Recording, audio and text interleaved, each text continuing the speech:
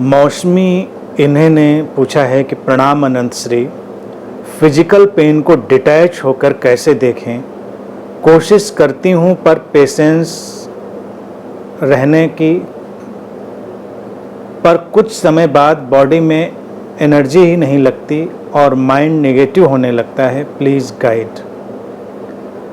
और ऐसा ही प्रश्न अनंत प्रतीक्षा ने भी लिखा है।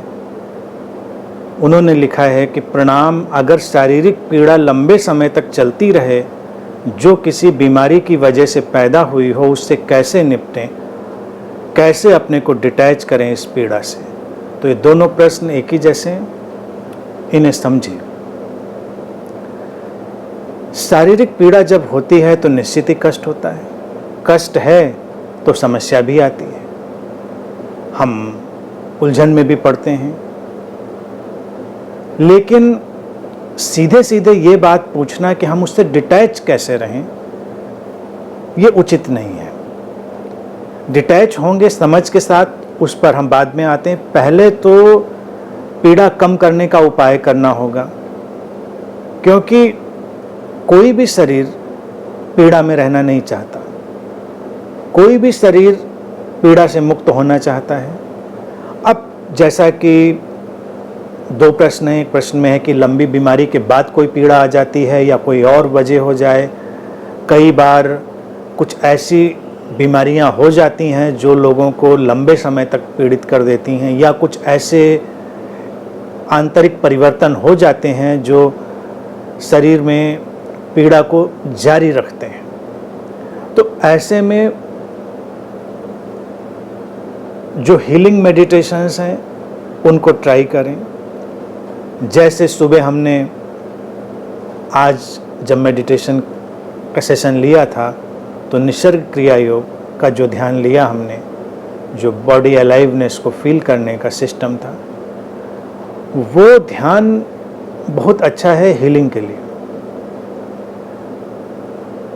उससे हीलिंग आएगी, शरीर मन में शांति होगी, पीड़ा भी कम होगी। इसी तरह से एक ध्यान तिब्बतन बैलेंसिंग मेडिटेशन का है, वो भी हमने यहाँ पर लिया हुआ है, उसको भी कभी शेयर कर देंगे, अभी उसकी चर्चा नहीं कर रहे हैं। मूल बात है कोई भी ध्यान की विधि उसको लेकर उस पर प्रयोग करें। अब देखिए, ध्यान विधियों को लेकर दो तरह की बातें चलती हैं। एक थॉट स्कूल कहता है कि ध्यान विधि से कुछ नहीं होना है, ध्यान विधि उसका कोई बहुत उपयोग नहीं। वो क्यों कहते हैं? जी कृष्णमूर्ति हों, रमेश बालशेखर हों, रमन महर्षि हों, ये लोग क्यों बात कहते हैं कि ध्यान विधि की ज़रूरत नहीं है? क्योंकि जब आप सीधे अद्वैत की बात कर रहे हैं, जब आप सीधे ट्रांसेंडेंस की बात कर रहे हैं, तो वहाँ पर ये बात ठीक है। लेकिन अगर हमको अपने शरीर मन से निपटना है, जैसा कि प्रश्न में है, उस पीड़ा से कैसे निपटें, तो तमाम विधियाँ कारगर होती हैं। उन विधियों का जो मैकेनिज़्म है, उनकी जो प्रक्रिया है, वो हमारे शरीर मन को संतुलित करती है, हमारी आंतरिक ऊर्जा को बैलेंस करती है और हमको कई तरह से स्वस्थ बनाती है। तो इसलिए वो कारगर होंगी। तो एक तो काम ध्यान के अर्थ में वो करना है, अपने आहार पर काम करें, अपने जो भी भोजन है वो अपने बॉडी और माइंड के अलाइनमेंट में, शरीर मन की समस्वरता में तय करें। किसी एक्सपर्ट से सलाह ले सकते हैं, अपने ट्रायल एंड एरर से ये बात समझ सकते हैं कि क्या आपको ज़्यादा सूट करता है, क्या नहीं सूट करता है। एक ये चीज़ है। दूसरा, भारतीय परंपरा में आयुर्वेद बहुत ही महत्वपूर्ण है, उसका भी ज्ञान और उसके उपाय बहुत कारगर होते हैं और नुकसान भी नहीं है, तो वो भी किसी विशेषज्ञ से राय लेकर ट्राई कर सकते हैं। तो शारीरिक तल पर ये सारी चीज़ें ट्राई करें, जिससे काफ़ी हद तक मदद मिल जाएगी। और फिर दूसरे पार्ट पर आएंगे, वो है ट्रांसेंडेंस का पार्ट, डिटैच होने का। पीड़ा है तो एटीट्यूड बदलेंगे। एटीट्यूड बदलना कठिन है, बेशक पीड़ा के वक्त में बहुत कठिन है, शुरुआत में तो आसान है, लेकिन जब पीड़ा है उसके पहले कुछ कंडीशंस में तो कुछ ऐसे लोग हैं जिनको मैं जानता हूं कंटिन्यूअस पीड़ा चलती रहती है शरीर में, कुछ ऐसी बोन्स की प्रॉब्लम, कुछ ऐसे जॉइंट्स की, ऐसी मस्कुलर कुछ ऐसी डिजीज़ेज आ जाती हैं जिनमें, जहाँ तक कई लोगों का मुझे प्रश्न पहले भी आया, कंटिन्यूअस पेन चलता है, कम ज़्यादा होता रहता है। वैसा नहीं है, आता जाता है, या वैसा भी है तो इन एनी वे जब पीड़ा कम है तब अभ्यास डालें अपने आप को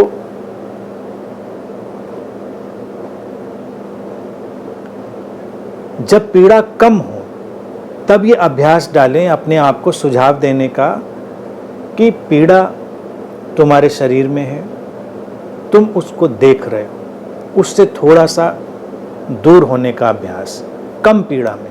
और जब पीड़ा बिल्कुल नहीं है, सब अच्छा है, तब इस अभ्यास को और इंटेंसिटी और अवेयरनेस से करें, जैसे भोजन का आनंद लेते हुए। तो देखें ये आनंद, ये स्वाद कहाँ घट रहा है, शरीर के माध्यम से घट रहा है और तुम उसको देख रहे हो। ये जो डिटैच होकर देखने की सारी प्रक्रिया है, अभ्यास है, इसको अच्छे वक्त में, कम अच्छे वक्त में, सब में जारी रखें। तो धीरे धीरे एक प्रोग्रामिंग आएगी, एक एटीट्यूड बदलेगा। एटीट्यूड बदलना जरूरी है। लेकिन जब हम पीड़ा में होते हैं तो निश्चित ही अचानक हमको लगता है कि अरे बहुत पीड़ा हो रही है और मुझे पीड़ा हो रही है। तो ये जो प्रोग्रामिंग है, बदल देने से बड़ा अंतर पड़ जाता है कि मुझे पीड़ा हो रही है, के बजाय हम ये भाषा के तौर पे और अनुभव के तौर पे भी, केवल भाषा नहीं, शरीर में पीड़ा हो रही है, बॉडी इन पेन, शरीर और मन अपने अलग तरह से काम कर रहा है, और तुम्हारे भीतर ही वो चेतना जो इस सब को देखती है और इस सब को हील करने की, इस सब को ठीक करने की क्षमता भी उस चेतना के पास है। तो उस पर काम करना है। ये प्रोग्रामिंग है, अभ्यास है, धीरे धीरे करेंगे तो सफलता मिलेगी निश्चित। और मैंने कहा प्रैक्टिकल रहना है, दोनों तलों पर काम करना है। ऐसा नहीं करना है कि पीड़ा पर कोई उपाय ही नहीं करना है, चाहे वो औषधि का हो, ध्यान का हो, किसी भी तरह का हो, और सीधे सीधे आप डिटैच होने की कोशिश करें तो मुश्किल में पड़ जाएंगे। दोनों प्लेन पर काम करें, उससे सुविधा मिलेगी। फिर सेल्फ हिप्नोसिस का उपयोग भी कर सकते हैं। सेल्फ हिप्नोसिस ऐसे मामलों में बहुत प्रभावी होती है। कई बार जो माइग्रेन है या इस तरह की जो पेन की स्थितियां होती हैं, इसमें वो बहुत कारगर होता है, ठीक भी हो जाता है। हम जानते हैं हमारी 70 से 80% जो शारीरिक समस्याएं हैं वो साइकोसोमैटिक होती हैं, मनोशारीरिक होती हैं। तो वहाँ पर सेल्फ हिप्नोसिस, आत्मसम्मोहन बहुत काम करता है। आत्मसम्मोहन बहुत सरल है, सम्मोहन की प्रक्रिया वैज्ञानिक है, उसका उपयोग किया जाता है, उसमें कोई मुश्किल नहीं है। देखिए, सिंपल शब्दों में मैं बता दे रहा हूँ, उसको जटिल बनाने के बजाय। सम्मोहन का पहला आधार है रिलैक्सेशन। तो कभी लेटना या बैठना, जो भी चुने, और अपने को सुझाव दें रिलैक्स होने का। और रिपीटिशन, रिलैक्सेशन और रिपीटिशन। रिपीटिशन से रिलैक्सेशन आता है, और रिलैक्सेशन जो है वो बड़ा प्रभावी और गहरा होता जाता है। तो आप एक तो महसूस करने से शुरू कर सकते हैं कि महसूस करें, और दूसरा सजेशन दें। आप रिलैक्स हो रहे हैं, रिलैक्स हो रहे हैं, रिलैक्स हो रहे हैं, रिलैक्स हो रहे हैं, पूरा बॉडी को आप पहले रिलैक्सेशन में ले जाएं। सेल्फ हिप्नोसिस के लिए, रिलैक्सेशन के लिए रिपीटिशन आवश्यक होता है। रिपीटिशन के बाद फिर हिप्नोसिस में आप अफर्मेशन का उपयोग करें। अफर्मेशन होते हैं कुछ सुझाव, अपने आप को प्रोग्रामिंग। अफर्मेशन में हमेशा पॉजिटिव अफर्मेशन का उपयोग करें, नेगेटिव का नहीं। ये नहीं कि मुझे दर्द नहीं हो रहा है, मुझे दर्द नहीं होगा। ये करेंगे तो जो हमारा सबकॉन्शियस माइंड है, जैसा कि जानते हैं सारा ऐसा लिटरेचर और सब में वर्णन है, तो हमारा माइंड नेगेटिव को रीड नहीं करता है, वो फिर दर्द को ही रिकॉर्ड करता है, पीड़ा को रिकॉर्ड करता है। तो अफर्मेशन पॉजिटिव दें, जैसे कि तुम आनंदित हो, प्रसन्न हो, तुम्हारा शरीर शक्ति से भरा है, तुम जो कामों को करने में अड़चन पाती हो या पाते हो, उसको एक सुझाव दें कि कोई अच्छे से कर पा रहे हो। तो ये जो प्रोग्रामिंग है इसको बदलेंगे। ये सॉफ्टवेयर सेल्फ हिप्नोसिस के साथ इसका अभ्यास धीरे धीरे कर सकते हैं।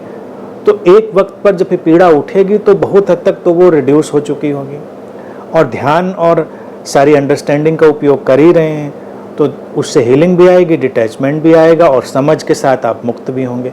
तो हर तल पर काम करें, क्योंकि जब शरीर और मन परेशानी में होता है तो केवल फिलॉसफी से काम नहीं चलता कि आप फिलोसॉफिकल हो जाएं।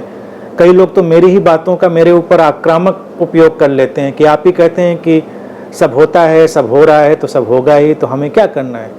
तो मैं कहता हूँ ये भी तो हम बता रहे हैं क्या होना है, तो आप उसको भी ट्राई कर लीजिए। अस्तित्व में सब हो रहा है का मतलब ये नहीं कि आप कुछ कर ही नहीं पाएंगे, करने की क्षमता, समझ सब अस्तित्व ने हमको दिया हुआ है। तो इस फिलॉसफी जो बार बार मैं रिपीट कर देता हूँ, सब हो रहा है, एवरीथिंग इज जस्ट हैपनिंग, तो इसका एक डिसेप्टिव यूज माइंड को ना करने दें कि भाई पीड़ा हो रही तो होगी, अब जो होना है क्या कर सकते हैं।